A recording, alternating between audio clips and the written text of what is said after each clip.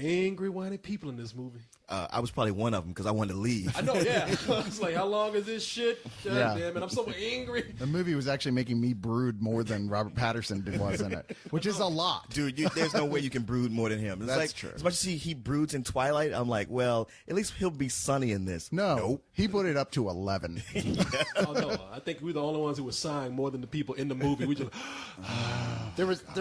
There was part of me while I was watching this going, well, at least he's doing something different that he did it. Oh, wait, no, he's not. And like there were a few moments where I'm like, wait, he's in the sun. Isn't he supposed to be glittering? Oh, wait, no, that's a different movie. well, that's what he did different. He didn't sparkle. Yeah. He didn't sparkle. Yeah. Boy, that's some range. I know, man. Acting. No, Acting. This is one of those dramas where everybody, they try to gain emotions out of you by having everybody in the movie just be angry and mad and morose and just walking around with a cloud over their head and their heads down. And if that's not annoying enough, they got to throw in one person to try to throw all that anger and angst off. And it's that friend, that wacky sidekick friend who everything he says has to be funny. Everything he does has to be wacky. And he's probably the more annoying than all these angry people. I gotta say, I looked over to Cyrus. I said, I think this character is the single most irritating character I've ever seen in a movie. Dude, it's like Ethan Embry got butt fucked and had a butt baby with Jay Baruchel. I mean, it was like the single most obnoxious character. I know. Because I was sitting up there like, Jesus, man, I want these people lighten up. And then that guy came in, hey, everybody. And I was like, oh, Jesus Christ. Well, they had to inject some levity. I mean, the only reason they called this Remember Me was apparently Daddy Issues, the movie, was already taken. Yeah. No, I was hoping they'd tell that sidekick like his mother had died or something at some point. I think he actually dubbed the voice of the black character in Percy Jackson. And they liked it. Yeah, everything he said was like it wasn't enough that he was being a prick, but he was just not funny. Like, so much of the dialogue in this, you could drive a truck through it for one. You got barely any American actors in here, yet everybody's trying to be from New York, and their accents are all over the place. Yeah. In retrospect, though, as annoying as he is, he's the least of the offenses of this film. When you get to the end and you're thinking about the whole movie and everything that's just so plain wrong about it, you forget about the obnoxious, terrible best friend. Except that they won't let you forget. Yeah, that's I right. forgot till y'all brought him up because I'm still pissed about everything else. Yeah, but there's that one little scene, the little silent scene as it's going off where they show him, and you're like, oh, you gotta be kidding me, dude. Even I can't make fun of this. Yeah, Tate Ellington is that character. Nah, guy's a good actor. I mean, No, he ain't. No, you know what? No, I think he's one of those guys because Name one other movie he was fine in. Bullshit. The most. well, that's Okay, I'll give you that. He was awesome in Bullshit the Motion Picture, but he really dropped the ball in fucking the bullshit too. No, I think it's one of those movies where it's just like, again, I'm going to forgive the actors because this is a really, really, really heavy-handed script. And I was rooting for Rob Pattinson, too, because I was thinking, like, shit, well, in this, maybe this will give him a chance to do something a little bit different. But Like pluck his eyebrows. Yeah, did you notice they were actually brushed up?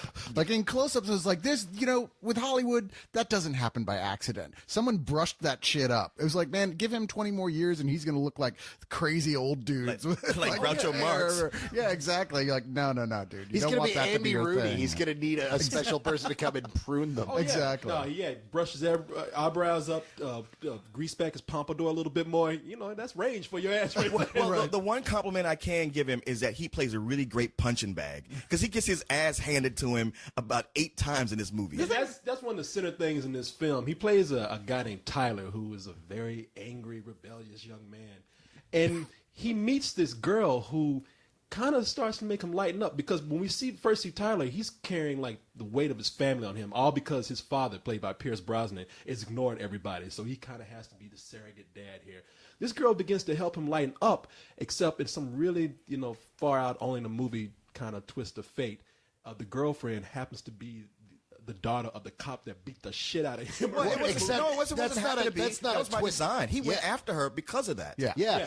It's that whole it's the teenage drama type thing where I dare you to date her. Oh no, man, I can't date her. And they go for it, and he falls for her. Surprise! And as we know, that is the setup for the strife between them later on in the movie. Yeah, of course. And of course, You when they- lied to me. Yeah, and when they do have that little bit of strife there, then that's when everything, like he just takes it out on everybody in the movie. His whole world starts to crumble. It's not a meet cute, it's a meet creepy. Yeah, no, it is a little fucked up. yeah, and that's the thing. Like, you know, he's so angry and rebellious, but everybody keeps beating the shit out of him. like out of all the people to break up a fight, because you seen the trailer, like he's like, oh, I'm gonna be Batman right here. You know, he goes in and gets the shit beat out of him by the guys he tried to break up, and then the cops come out and whoop his ass again. That's funny that you bring up Batman, because Leon did to me during the movie. No big surprise. Drew a Batman comparison, and I was like, God, Leon, Batman. But as the movie goes on, it's true. Every scene, Rob Patterson's like, my brother is dead. My brother is dead. I know. That was his only motivation for everything. It's my daddy's fault. When he goes over there, he's getting his face smashed in the window. I'm doing this for you, brother. I'm taking this ass whooping for you. You know, he even has his name, his brother's name, Michael, tattooed on his chest, which was, you know, I think they wrote that in the script because they took advantage of the tattoo that Rob Patterson already had. Oh, of his actual boyfriend. Of his actual boyfriend, yeah. So, yeah. It's funny because he gets beat up so many times in this movie, and there's one scene where the only person that he can intimidate is a little girl in a classroom. Yeah.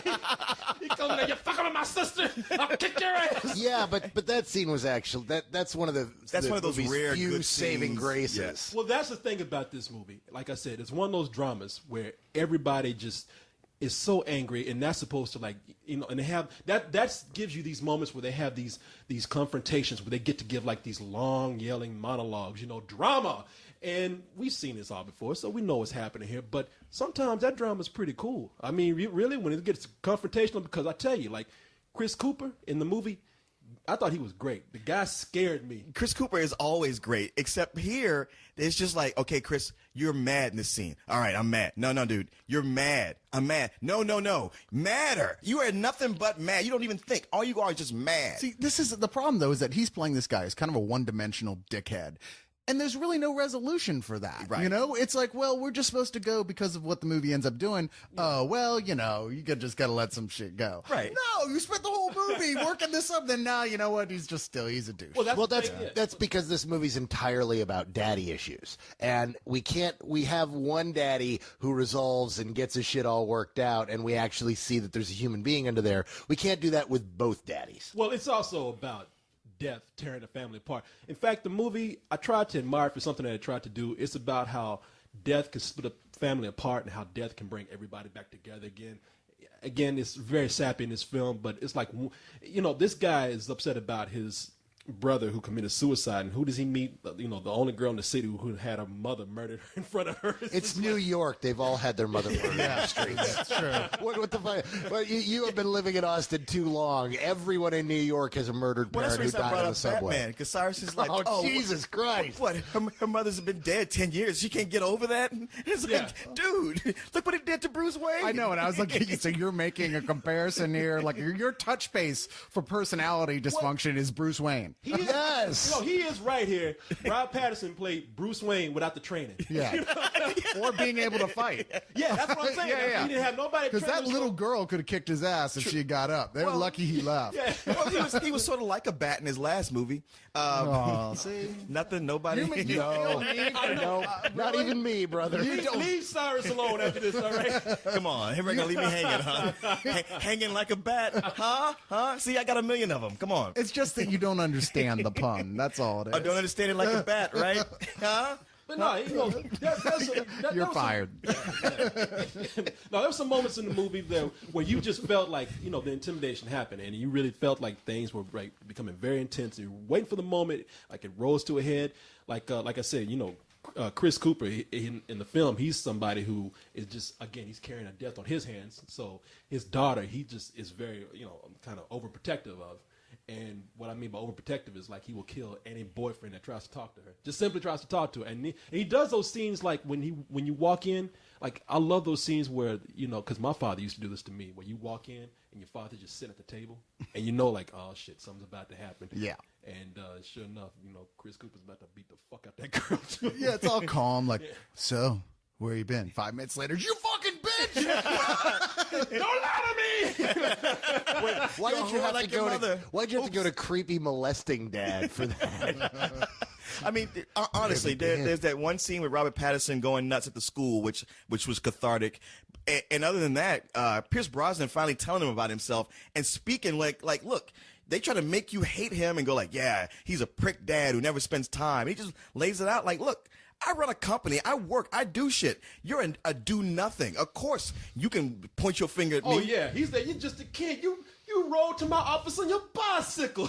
But he was right. He was right. He was right about No, everything. that's what I'm saying. No, he was right. They do try to make. See, that's what I like about the movie. Like, there are certain characters where in a lesser film, those characters would be one-dimensional. You would hate them, but in this movie, you do kind of not like Pierce Brosnan at first, and you're like, you know what? He has a point. He's probably tired of this kid's shit as much as we are. I'm sorry. I guess I've lived long enough that I never didn't like him because I'm like, they're not showing his side of the story. Well, you've always had a thing against the Disney dads. That's been your axe to grind for a long time. And sure enough, here's the Disney dad who actually gets to turn around and go, no. I don't spend too much fucking time at the office. You spend too much time whining about your New York hipster apartment that I fucking pay for and your education at a fucking college that I fucking pay for. Shut the fuck up, son, and stop whining And about I it. almost stood up and gave it a thunderous ovation at that point. I'm not an axe grinder on that issue, but he's absolutely right. It's like, come on, man. Really? How are we supposed to have sympathy for him at this point for Rob Patterson? Like,